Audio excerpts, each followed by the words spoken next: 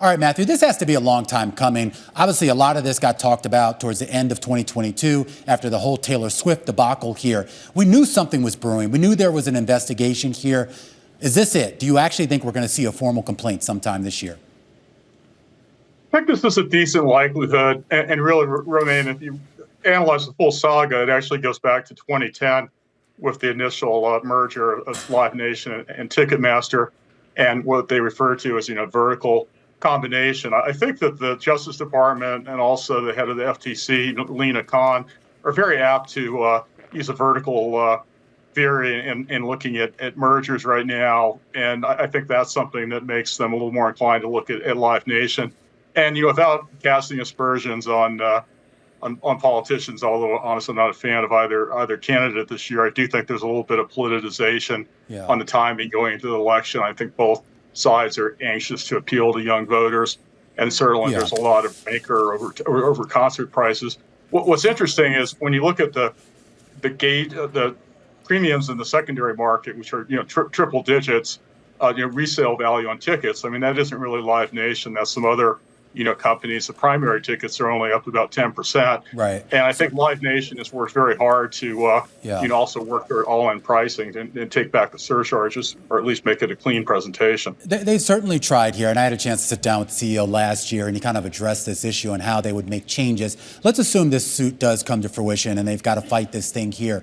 If the remedy that the Justice Department seeks is an actual separation of Ticketmaster, how much does that change the valuation of a Live Nation business without the Ticketmaster component attached to it?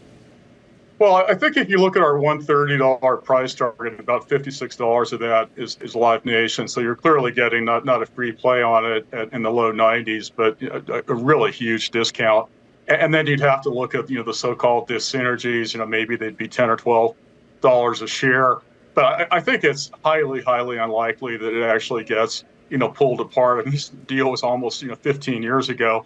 And frankly, DOJ and Lena Khan have had a number of setbacks in applying that vertical M&A, theory. And obviously some of it would depend on where the court case arose. But I think if you look at the long line on this, the Supreme Court posture and everything, is highly, highly unlikely that the company would get taken apart. Mm-hmm. But I mean, this is just a constant, browbeating on the regulatory side because people just don't like high concert prices. No, we definitely were all complaining about it earlier in the newsroom. But Matthew, what would be another option? Like, what's a lesser remedy, and what would that do to the share price? Well, I mean, they've had a consent decree. They've been monitored very carefully, since 2010. I think there've been some moderate fines in the context of a relatively large company. I think when you look at the scale on a micro basis of everything on the day-to-day transactions, I mean, there's probably going to be a bad actor, someplace. But as you said, I mean, Michael Rapino, he doesn't even have to be a good guy. He just has to be rational in terms of the company doing everything they can to abate that activity. And I think that's certainly one of their top priorities. So I think that they're acting entirely in good faith.